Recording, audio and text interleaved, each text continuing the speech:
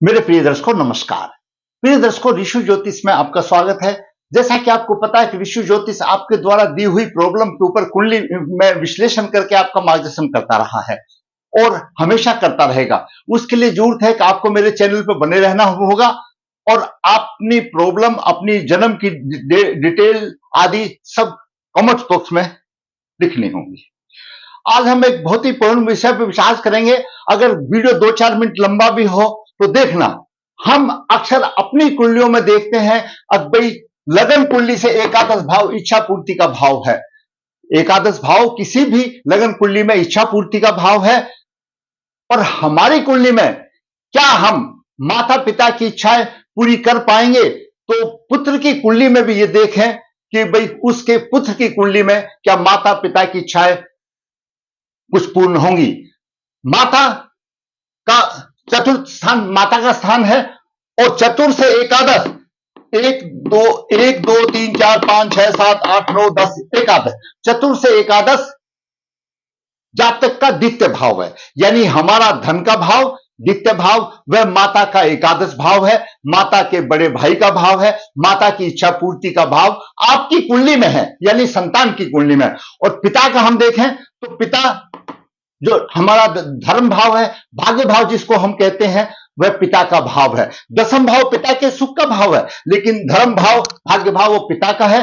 और सप्तम भाव नवम से एकादश आता है। नवम से एकादश तो नवम से द्वादश अष्टम आता है और एकादश सप्तम। तो सप्तम भाव पिता की इच्छा पूर्ति का भाव है संतान की कुंडली में। तो आज हम, क्योंकि हम एक दूसरे के साथ जुड़े हुए हैं, हम उसका अनुमान लगा सकते हैं कि हमारी संतान हमारी इच्छाओं की पूर्ति करेगी या नहीं करेगी। कोई भी माता पिता हो, सबसे पहली इच्छा यह होती है, हर माता पिता अपने बच्चे को अच्छी प्रकार से पढ़ाना चाहती है, लिखाना चाहती है और फिर सोचती है अब सही टाइम पर उसकी शादी हो जाए और बच्चे भी सही टाइम पे हो जाए, क्यों बुढ़ापे में वही उनकी एक सेना होती है जो घर में किलकारियां उठती हैं। ये ही एक खास विषय है, आप बात करेंगे इसी लेकर के। लेकिन जातक की कुंडली में एक अशुभ योग है। वैसे तो ज्योतिष में जो अशुभ योग होते हैं कई होते हैं, लेकिन उनमें से एक योग है शापित योग। शनि और राहु की युति द्वारा जो शापित योग बनता है वह शापित योग है। वैदिक ज्योतिष में बहुत सारे हैं, लेकिन इस शापित योग का बहुत ही महत्व है। यह पूर्व जन्म के कर्मों के प्रभाव पर बनता है। इसका सबसे बड़ा नुकसान यह कि यह सकारात्मक एवं शुभ योगों पर परिणामों को कमजोर कर देता है और घटनाओं का भी स्पष्ट कारण नहीं मिलता। वैदिक ज्योतिष में किसी भी भाव में अगर शनि राहु की युति से शापित योग बनता है तो ऐसा जातक अनैतिक कार्य करने वाला होता है और इन जातकों को पारिवारिक सुख नहीं मिलता, प्राप्त नहीं होता और स्वास्थ्य भी अच्छा नहीं रहता। प्राय कोई ना कोई बीमारी हमेशा लगी रहती है। जो हम कुंडली का विषय करने जा रहे हैं, शनि राहु का शापित योग, उसके द्वादश भाव में शनि राहु का शापित योग है। अब द्वादश भाव की बात देखिए, द्वादश भाव 9 भाव से चतुर्थ है। जहां द्वादश भाव पीड़ित है तो पिता का सुख पीड़ित हो गया। द्वादश भाव की सीधी दृष्टि छठे भाव पर जाती है, मामा मामी का भाव है, संघर्ष का भाव है, यह भी भाव पीड़ित हो गया। जहां जहां पर उनकी दृष्टि जाएगी वहां वहां से परेशानी आएगी। और द्वादश भाव में जब शनि होता है तो उसकी सीधी दृष्टि द्वितीय भाव पर होती है और वो राहु के भी गुण लेकर के जाता है। क्यों? युति का यही तो एक है, जहां राहु देखेगा उसमें शनि के भी कुछ ना कुछ अंश होंगे और जहां शनि देखेगा उसमें भी राहु के कुछ अंश होंगे। तो इन्हीं बातों को लेकर के आगे बात करते हैं कि शापित योग द्वादश भाव में, द्वादश भाव में जब शापित योग होता है, यानी द्वादश भाव में शनि और राहु का योग होता है, ऐसा जातक अनैतिक संबंध, ऐसे जातक के अनैतिक संबंध होने की संभावना अधिक होती है। घरेलू सुखों में कमी का कारण बनता है। ऐसे व्यक्ति धोखा खाते हैं, जीवन में कई बार असाध्य रोगों से पीड़ित होते हैं, आर्थिक रूप से कमजोर होते हैं और धन और कुटुंब की हानि होती है, वंश की हानि हो जाती है। ये द्वादश भाव में शनि राहु का प्रभाव है, क्योंकि शनि की तीसरी दृष्टि जो कि कठोर दृष्टि मानी गई है, द्वितीय भाव पर है। इसी बात को लेकर के आगे हम विचार करते हैं। जातक की कुंडली में क्या है, क्या माता पिता की इच्छा संतान द्वारा पूरी होगी? जैसे मैंने आपको बता दिया, माता पिता का भी इच्छा पूर्ति का भाव उनकी संतान में है। आपकी संतान की कुंडली क्या कहती है? श्रापित योग है। जातक का जन्म 12 मार्च 2002 कृष्ण पक्ष चतुर्दशी सतविदा नक्षत्र एक मंगलवार को हुआ। कृष्ण पक्ष चतुर्दशी जस्ट अमावस्या आने वाली है। जन्म के समय पर मिथुन लगन उद्भव, मिथुन लगन के 25 डिग्री विद्वान है, वहीं पर गुरु केंद्राधिपति दोषी है, 11 डिग्री 55 लेकर विराजमान है। छठे भाव में केतु 28 डिग्री लेकर विराजमान है। नवम भाव में सूर्य 27 डिग्री 43 मिनट लेकर विराजमान है, वहीं पर चंद्रमा 8:40 और बुध 6:39 लेकर के लग्नेश है, और चंद्रमा द्वितीय भाव का स्वामी है। दसम भाव में शुक्र उच्च राशि में, शुक्र पंचम भाव का स्वामी है। दसम भाव में राजयोग बनता है, मालव योग बनता है, विशिष्ट योग बनता है। यहां पर तो जब पंचमेश्वर दसम भाव में हो, उच्च राशि में हो, विशिष्टता प्रदान करने वाला होता है। ऐसे जातक को सभी चीजों की मौज मस्ती, सभी घर स्वर सब अच्छा मिलता है। यह एक विशिष्टता योग मालव योग है, लेकिन यहां पर वो भी फल उसका नहीं दे रहा। आगे बात करते हैं, एकादश भाव में मंगल अपनी राशि में है, 13 डिग्री लेकर विराजमान है। द्वादश भाव में शनि 15 डिग्री 6 मिनट और राहु 48 मिनट लेकर के दोनों की युति बन रही है। यह ग्रहों की स्थिति रही दर्शकों। अब हम बात करते हैं थोड़ा सा, लग्नेश और चतुर्थ भाव का स्वामी बुध बनता है। लग्नेश जब नवम भाव में होता है तो बड़ा धार्मिक होता है, सारी बात होती है। और चतुर्थ भाव का स्वामी जब नवम भाव में होता है तो भी सम्मान कारक होता है, माता पिता का भक्त होता है, माता पिता को तीर्थ योग कराता है। लेकिन बुध के 6 डिग्री है और उदय अंश 25 डिग्री है। बुध यहां पर प्रभावहीन है, कुछ भी सम्मान नहीं करेगा, कोई तीर्थ यात्रा नहीं कराने वाला, क्योंकि बुध तो 6 डिग्री 39 मिनट लेकर गया और उदय अंश 25 डिग्री है, 19 डिग्री का फर्क है, प्रभावहीन है। यही मैं बताता चलूं ताकि वीडियो छोटा होगा, बुध को बलवान करना पड़ेगा। अब बात करते हैं सूर्य की। दोस्तों, सूर्य पराक्रम भाव का स्वामी, शत्रु राशि में भाग्य को ही कमजोर करा, लेकिन अपनी राशि देखा पराक्रमी बना है। बालक साहसी है, पराक्रमी है, वो बात अलग है। लेकिन शनि से सूर्य पीड़ित है, दसम दृष्टि से शनि सूर्य पीड़ित है, और शनि से चंद्रमा भी पीड़ित है। शनि बलवान है, 15 डिग्री लेकर के बलवान है। जैसा मैंने बताया, युति होने से राहु के भी कुछ ना कुछ अंश में आते हैं, तो यहां पर शनि भी पीड़ित है और चंद्रमा भी पीड़ित है। बलवान शनि से पीड़ित है, दोनों ही पीड़ित है। अब बात करते हैं द्वितीय भाव, क्योंकि द्वितीय भाव माता का एकादश भाव है। द्वितीय भाव पर केतु की नवम दृष्टि, द्वितीय भाव पर मंगल की नीच दृष्टि, चतुर्दृष्टि, मंगल छठे भाव का स्वामी है, और शनि की भी तीसरी दृष्टि। द्वितीय भाव की धज्जियां उड़ गई। द्वितीय भाव मुख भी है, कर्क राशि है। कर्क राशि का स्थान हमारा वक्षस्थल है।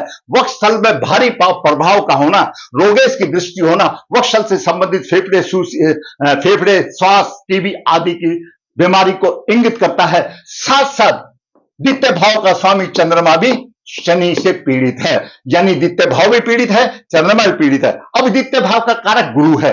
गुरु केंद्राधिपति दोषी में है। गुरु सप्तम भाव का स्वामी, दसम भाव का स्वामी, लगन में है, लेकिन कुछ नहीं, आंख बंद करके बैठा हुआ है। उसका केंद्राधिपति दोष भंग नहीं हो रहा। अगर वो जब भंग होगा तो राहत अवश्य मिलेगी। तो द्वितीय भाव पीड़ित हो गया। द्वितीय भाव में कर्क राशि पीड़ित, कारक भी प्रभावहीन हो गया, गुरु कारक है, प्रभावहीन हो गया, और द्वितीय भाव का स्वामी चंद्रमा भी पीड़ित। द्वितीय भाव जैसा मैंने बताया वाणी का भाव है, धन का भाव है, कुटुंब का भाव है। इन सब की हानि, जब कुटुंब की वृद्धि नहीं होगी तो यह समझो वंश की हानि हो गई। और द्वितीय भाव बुक हुआ, अधिक भाव प्रभाव में है, और शुक्र भी जल तत्व राशि में है, और जल तत्व पीड़ित है, तो ये सुपीरियर क्वालिटी के कोई व्यसन से भी उसको आदि हो सकता है ऐसा जातक, क्योंकि द्वितीय भाव हमारा मुखी भाव है। अब बात करते हैं, माता का एकादश भाव पीड़ित हो गया। माता की इच्छाएं पूर्ति नहीं हुई, क्यों? माता को चाहिए ना, किलकारी बजने वाली तो चाहिए, माता का, बच्चे का धन योग सब वो चाहिए। दूसरा, पिता का एकादश भाव सप्तम भाव है। सप्तम भाव पर गुरु का कोई प्रभाव नहीं है। देखने को प्रभाव आपको दिखाई दे रहा है, लेकिन गुरु केंद्राधिपति दोषी है, प्रभाव देने में असमर्थ है। और जातक के लिए शुक्र विवाह का कारक है। सप्तम भाव, पंचम भाव का स्वामी शुक्र उच्च राशि में तो है, लेकिन शुक्र पाप करते योग में है। शुक्र से द्वितीय मंगल है और द्वादश सूर्य है। शुक्र भी फल देने में असफल है। और शुक्र उत्पादवा नक्षत्र में, उत्पादवा नक्षत्र का शनि ऑलरेडी पीड़ित है, यहां पर उसको मालव योग का भी कोई प्रभाव नहीं मिला।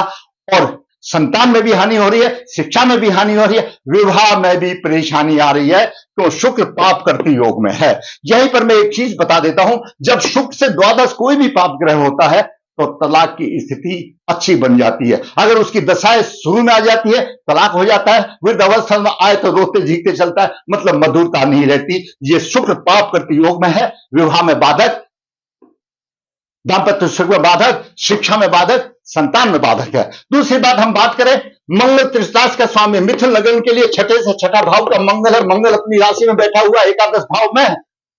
इस जातक को बड़े भाई बहन का अच्छा सुख होगा, लेकिन मंगल की दृष्टि यहां पर पड़ रही है, शिक्षा तो दे देगा, संतान नहीं देगी। क्यों? नियम है कि पुत्र सुख के लिए पंचम भाव का संबंध त्रिष्ठाय के स्वामी से हो जाए। त्रिष्ठाय तीसरा, छठा, एकादश भाव, तो पंचम भाव का स्वामी छठे भाव से संबंध मंगल का हो रहा है। संतान में देने की कोई गुंजाइश नहीं है। किसको? इस जातक को। तो मतलब इसके माता पिता को पोत्री, यानी जिसको बोलते हैं कि पोत्र या पोत्री का सुख नहीं में, और जब यहां पर संतान बाधित हो गई बालक की, तो वंश की हानि हो गई, तो माता का एकादश भाव और पीड़ित हो गया। जब शादी नहीं हुई तो पिता का एकादश भाव, उसकी भी इच्छा पूर्ति नहीं हुई। ऐसे योग में बालक की शादी होना मुश्किल हो जाता है, टूटी फूटी शिक्षा तो मिलती है, संतान के लिए बाधक हो जाती है। द्वादश भाव में राहु शनि किसी प्रकार का दंड की होता है, कारागार का भी योग बनाता है। द्वादश भाव सेवा सुख का भी भाव आ जाता है। तो सारांश में मैं आपको बताऊं, द्वितीय भाव पीड़ित है। द्वितीय भाव धन की हानि, परिवार की हानि, सुख की हानि, वंश की हानि, वाणी दोष, मुख की हानि हो गई। सूर्य चंद्रमा पीड़ित है, सूर्य चंद्रमा पीड़ित है। शुक्र पाप करती योग में पंचम भाव पर मंगल की दृष्टि है, संतान नहीं होगी। द्वादश भाव पीड़ित है और छठा भाव भी पीड़ित है। लग्ने चतुर्थ नौ भाव में कमजोर है, लग्ने चतुर्थ नौ भाव में कमजोर है। मैंने बताया बलवान करना चाहिए। सप्तमे दसवें गुरु लगन में केंद्रापति दोषी है, सप्तमे दसवें गुरु केंद्र में है, केंद्रापति दोषी है, कोई प्रभाव नहीं दे रहा। पंचमे दसम भाव में उच्च राशि में माल्य योग बना रहा है, लेकिन पाप करते योग में शुक्र भी प्रभावहीन हो गया। शादी में परेशानी, व्यवसाय में परेशानी, संतान में परेशानी, शिक्षा में परेशानी आ गई। द्वादश भाव में शापित योग, इसको 50 योग भी कहा गया है। ये आया क्यों? हमने इसकी माता से संपर्क किया। इनके माता पिता ने, इनके दादा दादी ने कभी भी अपने पूर्वजों का श्राद्ध भी नहीं निकाला, अमावस्या भी नहीं निकाली। तो दर्शकों, शनि तो न्याय का देवता है और राहु पिता में है। जब दोनों मिल गए, अकिन के परिवार वालों ने कुछ नहीं किया, तो इस जातक को यहां ये शापित योग दे दिया।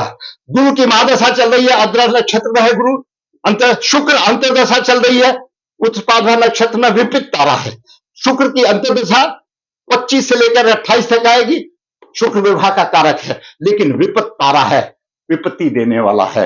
कहीं पर भी राह आसान दिखाई नहीं दे रही। तो ये दर्शकों, मैंने आपको बताया, सप्तम भाव पिता का एकादश भाव है, शादी नहीं होगी, परेशानी आएगी। द्वितीय भाव माता का एकादश भाव है, धन की हानि, कुटुंब की हानि, वाणी की हानि, अनाप शनाप व्यसन पाल कर रखेगा और रोगों, असाध्य रोगों से ग्रसित होगा, जिनका की इलाज नहीं होता।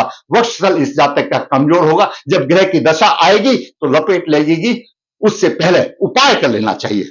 दर्शकों, शापित योग इनके, मैं अपने पूर्ण विश्वास से जो मुझे अध्ययन करते करते हो गया, इनके पूर्व अतृप्त योनि में है। मेरा आप वीडियो 3-4 में आप पढ़िए, मैंने पितरों के बारे में स्पष्ट कहा है। पितृ वो है जो पितृ योनि में है, और जो अतृप्त आत्मा में घूम रहे हैं वो अतृप्त योनि में है, उनको प्रेत कहा जा सकता है। तो इनके पुरुष प्रेत योनि में या वेरियस अशुभ योनि में है, जो पितृ योनि तक भी नहीं पहुंचे। उनकी मुक्ति करानी पड़ेगी, दया बलि श्राद्ध करना पड़ेगा, शापित योग को दूर करना पड़ेगा, और उसके बाद जब नारायण बलि श्राद्ध करेंगे, कर्मों का प्रायश्चित करेंगे, गुरु भी फल देना पड़ेगा, और सूर्य को बलवान करना पड़ेगा, सूर्य शनि की युति को शांति करानी पड़ेगी, बुध का रत्न धारण करना पड़ेगा, और बुध का, शुक्र का और शनि का गले में भागवती लॉकेट धारना पड़ेगा, जब तक की राह आसान हो जाएगी। लेकिन शापित योग तो शापित योग से ही निकलेगा। नारायण बलि श्राद्ध, नाग बलि श्राद्ध, प्रेत बलि श्राद्ध, भूत बलि श्राद्ध, इन आदि से निकलेगा, ऐसे निकलेगा नहीं। दर्शकों, मैंने होनहार बालक है, ये अपने माँ बाप की दूसरी संतान है, इससे बड़ी सिर्फ एक बहन है। उनके लिए आंख का तारा है, उनको नहीं मालूम ये क्या स्थिति है। मैं पूरा उनको अवगत करा देना चाहता हूं कि अभी समय है और समय को यूटिलाइज करते हुए जहां तक आप विधिवत रोग दोष को निवारण करें और सभी दोष निवारण करने के बाद विवाह से 1 वर्ष पहले या विवाह से पहले पुरुष है अर्क विवाह करे और तब देखो जीवन में मजा आ जाएगा, कहीं ना कहीं राह आसान अवश्य हो जाएगी। मैंने होनहार पुरुष है, 2002 का जन्म है, 22 साल उम्र हो गई। आगे सब आदमी सोचते हैं कि हमारे बच्चे की शादी हो जाए, कहीं व्यवसाय लग जाए, मुझे ऐसा कुछ दिखाई नहीं दे रहा। अब कुछ होगा तो मैंने शास्त्रों के अनुसार, अपने अनुभव के अनुसार मैंने आपका मार्गदर्शन किया, उनके माता पिता का भी मार्गदर्शन किया, योग भी बताए और उनका उपाय भी बताया। अगर आप समझते हैं ऐसी कुंडली मेरे नवयुवक बच्चों के लिए कोई काम की है तो आप शेयर कीजिए ताकि उनको भी कोई ऐसा हो तो है। मैं आपको खुले चैलेंज से बोलता हूं, जिसको भी जो परेशानी है मैं शास्त्रों के अनुसार, अपने अनुभव के अनुसार आपका मार्गदर्शन करूंगा। जरूरत है आपको चैनल पर बने रहने की, जरूरत है कमेंट्स बॉक्स में लिखने की।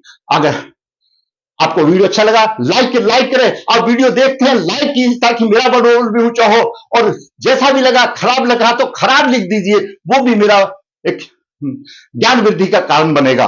दर्शकों, ऋषि ज्योतिष नर्मदा जी के तट के नजदीक है नर्मदेहर, यहाँ पर कालसा दोष पितृदोष की पूजा की जाती है। जो इच्छुक संपर्क करता है, ऋषि ज्योतिष हाथ से पत्रिका लिख देता है, 30 पेज या हाथ की पत्रिकाएं हो जाती है जो मैंने बच्चे की लिखी है।